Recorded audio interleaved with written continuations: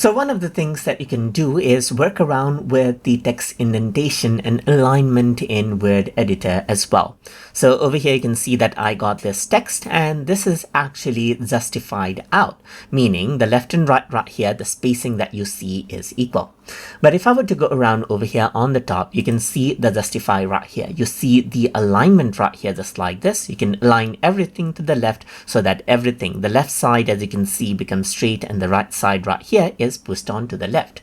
You can also actually go around over here and then center align it out right here, or right align it out right here, or center align it out right here, as you can see. But if I were to go ahead and choose justify, you can see that it adds in space in between so that the left and right both is straight and it looks visually clean.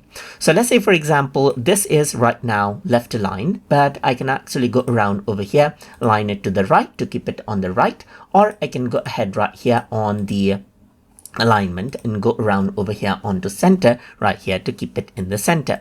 And here you can see that there is an indentation right here. So if I were to go ahead and press backspace, that is what you have. You can press tab to indent it, or you can actually go around over here and increase out the indentation right here, just like this, to go ahead and increase the indentation of the entire paragraph as well, so that it actually goes forward right here, just like this. You can also reduce the indentation right here, just like this.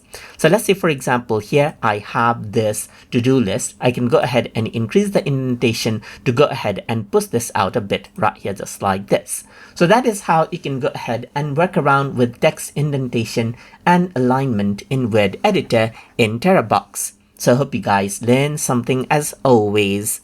And as always, please like, comment, share, and subscribe.